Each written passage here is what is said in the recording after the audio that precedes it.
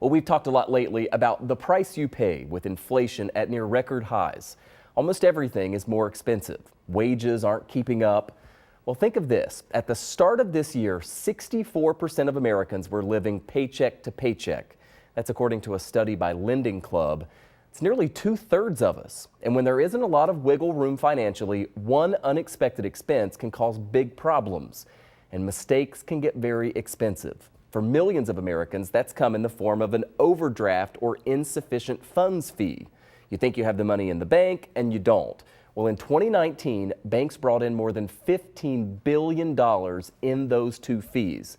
Here's the good news, though. More and more banks are reducing or even eliminating that revenue source. Just this week came word that M&T Bank and Key Bank, the two biggest here in Western New York, are both eliminating their insufficient funds fees, and they're reducing their overdraft fees. M&T down to $15 and only one per business day, and Key Bank's overdraft fee is down to $20 with a maximum of 3 of those fees per day. Joining us live to talk about this right now is Greg McBride. He is Chief Financial Analyst for Bankrate.com. And Greg, I'm really glad you were able to join us today because I think this is important news for a lot of our viewers who have paid a lot of money in these fees over the years. I just want to start with how significant a move you think this is. It is very significant. You mentioned the $15 billion total price tag, but this is not something that's evenly spread. This does tend to fall predominantly on lower and moderate income households. And so that's why it's garnered a lot of legislative and regulatory scrutiny in recent years. And that's precipitated this movement that a lot of banks have taken to start winding that back, because otherwise somebody else is going to make the decision for them on how much they can charge and when they can charge. And so what's behind this trend, right? Because there was a great article on Bankrate that we kind of noticed as we were researching this, where you laid out all of, especially a lot of the big name banks out there, nationwide banks that have decided to do this. What's behind the trend? It started last summer. Ally Bank, a prominent online bank, made the first move.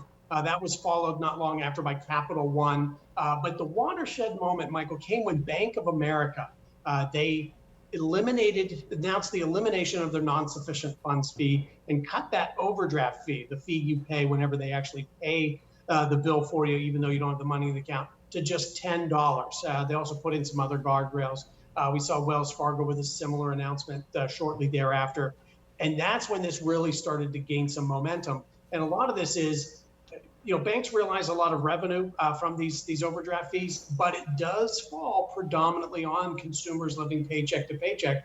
And that's why it's been in the crosshairs for years with both regulators as well as the government. And so the risk that banks were facing was, listen, if we don't redraw the terms on this, somebody else is going to do it for us, and it's not going to be nearly as good.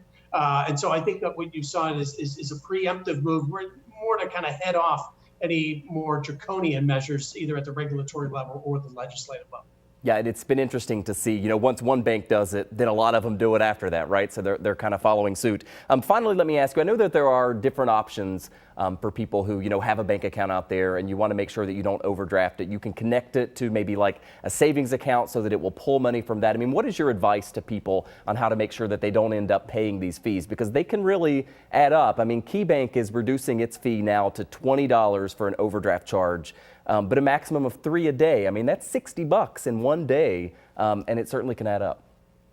Yeah, there are some preemptive steps you can take, and you've hit on, I think, the one that I tend to highlight, which is linking your checking account and your savings account. That way, if you do overdraw, it's your money, not the bank's money, that covers the shortfall. We've also seen some banks eliminate the fee to have that in place. So that can really be not only a low cost, but a no cost line of defense. The other step I recommend, keep accurate tabs on your available account balance. And it's not just what the overall balance is in the account. That check you deposited yesterday might not be available for immediate withdrawal. So just get in the habit of checking your bank's app, see what your available account balance is before you initiate transactions. That's a great way to avoid those overdraft fees.